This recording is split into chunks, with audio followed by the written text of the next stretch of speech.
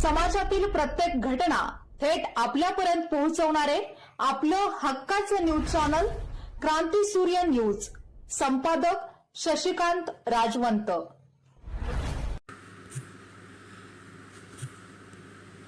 पोलिसमधील सदोष पर्जन्यमापकामुळे द्राक्ष उत्पादक शेतकऱ्यांना पीक विम्याच्या नुकसान भरपाईपासून वंचित राहावे लागत असल्याच्या प्रश्नाला आता निर्णायक वळण मिळाले आहे।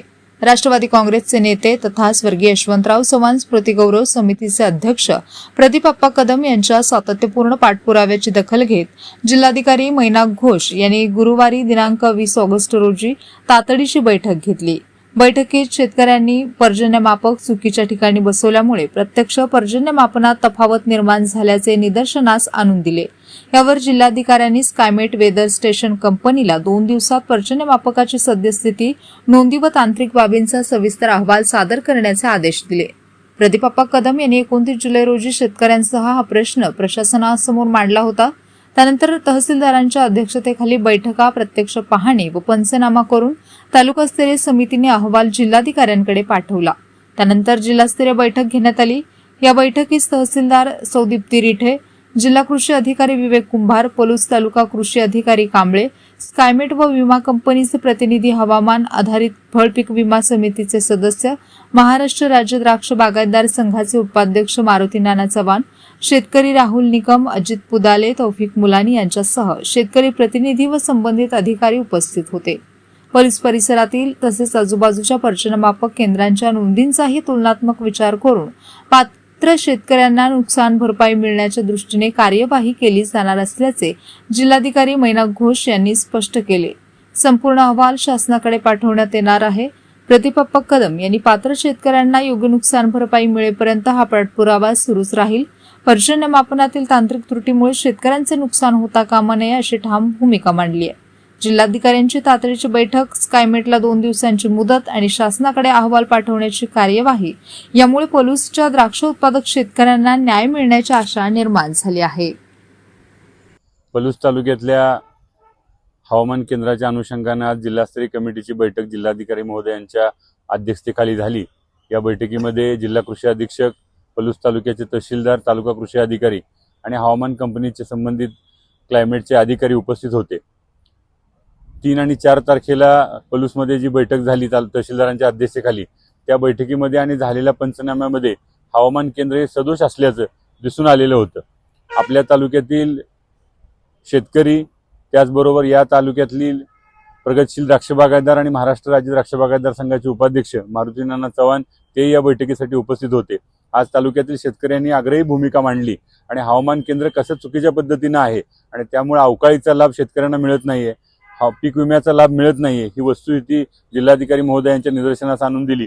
आज या ठिकाणी माननीय जिल्हाधिकारी महोदयांनी सर्व शेतकऱ्यांचं म्हणणं ऐकून घेतलं आणि अत्यंत सकारात्मकपणे त्यांनी शासनाला शिफारस करू आणि या कंपनीला 2 दिवसामध्ये अहवाल देण्याचे आदेश दिलेले आहेत। त्याचबरोबर ही सर्व संबंधित हवामान केंद्र ही निकषाप्रमाणे योग्य ठिकाणी हलवण्याच्या सूचना त्यांनी तात्काळ दिलेल्या आहेत। येणाऱ्या काही दिवसामध्ये पलूस तालुक्यातील ही सर्व हवामान केंद्र योग्य निकषाप्रमाणे बसवण्यात येतील, म्हणजे जेणेकरून इथून पुढच्या काळामध्ये शेतकऱ्यांना या हवामान केंद्राचा चांगला फायदा होईल। त्याचबरोबर अवकाळी असेल, पीक विमा असेल, या सर्व शासनाच्या योजनांचा शेतकऱ्यांना या पुढच्या काळात चांगला फायदा होणार आहे। आज खऱ्या अर्थानं राहुल निकम साहेब असतील, अजित पुदाले साहेब असतील, सर्व शेतकरी असतील, तौफिक असेल, ह्या सर्वांनी या लढ्यामध्ये गेले कित्येक महिन्यापासून फार चांगलं कष्ट केलं आणि या लढ्याला आज यश येताना दिसत आहे। पलूस तालुक्यातील शेतकऱ्यांना या पुढच्या काळामध्ये हा हवामान आधारित पीक विमा आणि अवकाळीच्या बाबतीमध्ये फायदा मिळणार आहे। तर या सर्व लढ्याला आज जिल्हाधिकारी महोदयांनी अत्यंत चांगल्या पद्धतीनं सकारात्मक आश्वासन दिलेलं आहे। शासनाला याबाबत लवकरच अहवाल दिला जाईल आणि सर्व शेतकऱ्यांना याचा लाभ निश्चितपणे मिळेल। धन्यवाद। तालुक्यात जो 22 एप्रिल रोजी अवकाळी पाऊस झाला, त्या अवकाळी पावसाची नोंद ही अत्यंत कमी प्रमाणात झाली। लगतच्या महसूल मंडळातली नोंद जी येळावीची आहे ती जास्त प्रमाणात झालेली आहे।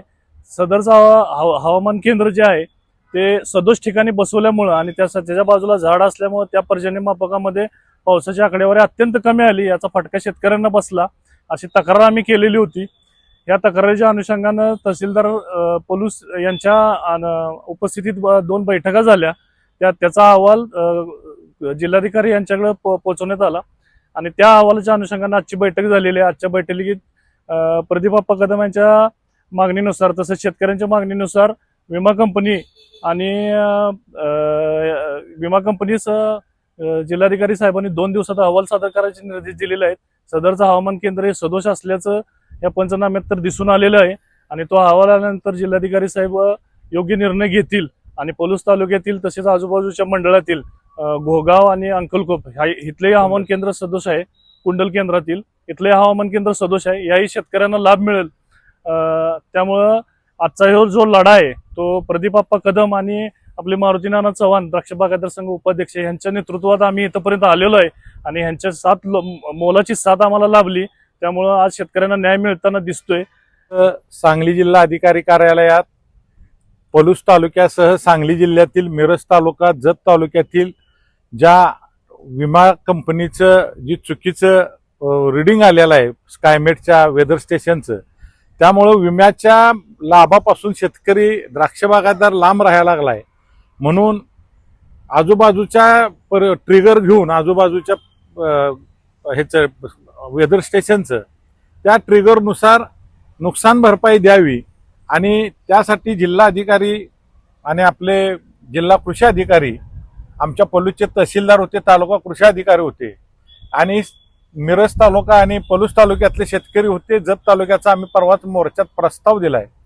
त्या पद्धतीनं सगळ्या शेतकऱ्यांना ह्या स्कायमेट हा वेदर स्टेशन जी बसवणारी कंपनी आहे त्यांनी मेंटेनन्स वेळोवेळी न केल्यामुळं आपल्या शेतकऱ्याला विम्याच्या लाभापासून वंचित राहावं लागलंय.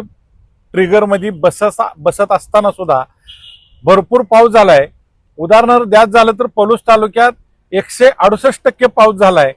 तरी सुद्धा पलूस तालुक्यात त्या केवळ स्कायमेटच्या वेदर स्टेशनच्या मेंटेनन्सच्या अभावामुळं त्या झाडाखाली आहे, त्याच्यात कचरा पडलाय, त्याच्यात पाणी दिसतच नाही, मग तो पाऊस रिडिंग बरोबर नाही. त्यामुळं आमच्या सगळ्या शेतकऱ्यांना जत तालुका, मिरज तालुका, पलूस तालुक्यातल्या शेतकऱ्यांना वंचित राहावं लागले. पण चांगली चर्चा सकारात्मक झाली. काही शेतकऱ्यांनी अभ्यासू मानलं गेलं की बाबा आमचं बसतंय आणि 2 दिवसात त्या कंपनीनं, या सगळ्या विमा स्कायमेट कंपनीनं शेतकऱ्यांना विमा मिळेल अशा पद्धतीनं अहवाल तयार करून मिरज तालुका, जत तालुका, मिरज तालुक्यात सुभाषनगर, बेळंकी, पलूस तालुक्यातलं पलूस आणि भिलवडी आणि कुंडल आणि जत तालुक्यातील बिळूर या आणि दपळापूर ह्या सगळ्या वेदर स्टेशनच्या लोकांना नक्कीच चांगले विम्याचे पैसे मिळतील अशी सकारात्मक चर्चा झाल्या.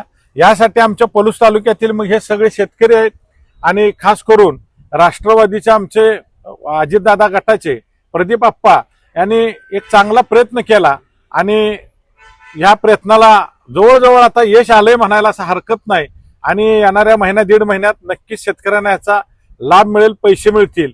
आणि इथून पुढे वेदर स्टेशनच्या जागा सुद्धा बदलायला सांगितलेल्या आहेत की जागा योग्य आणि शासकीय नियमाप्रमाणे की त्याच्या आसपास 15 मीटरमध्ये कुठलंही झाड झुडू भिंत नसली पाहिजे, असं सुद्धा तिथं जिथं अडचण आहेत ते सगळा बदल करायचा, वेदर स्टेशनच्या जागा बदलायच्या. पण कलेक्टर साहेबांनी तसा आदेश दिलाय आणि नक्की आपल्याला इथून पुढे आपल्या सांगली जिल्ह्यातल्या जिथं अडचणी असतील तिथल्या शेतकऱ्यांना 100% विम्याचा लाभ मिळेल अशा पद्धतीनं आम्ही सर्वांनी काम केले आणि आपण सर्वांनी इथून पुढच्या काळात सुद्धा या सगळ्या समस्या दूर झाल्यानंतर विमा उतरून जास्तीत जास्त भविष्य काळात सुद्धा लाभ घ्यावा.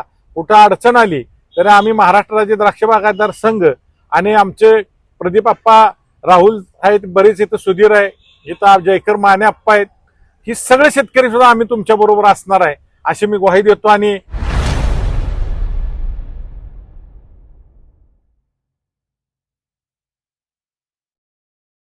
क्रांती सूर्य न्यूज, संपादक शशिकांत राजवंत. सबस्क्राईब करा,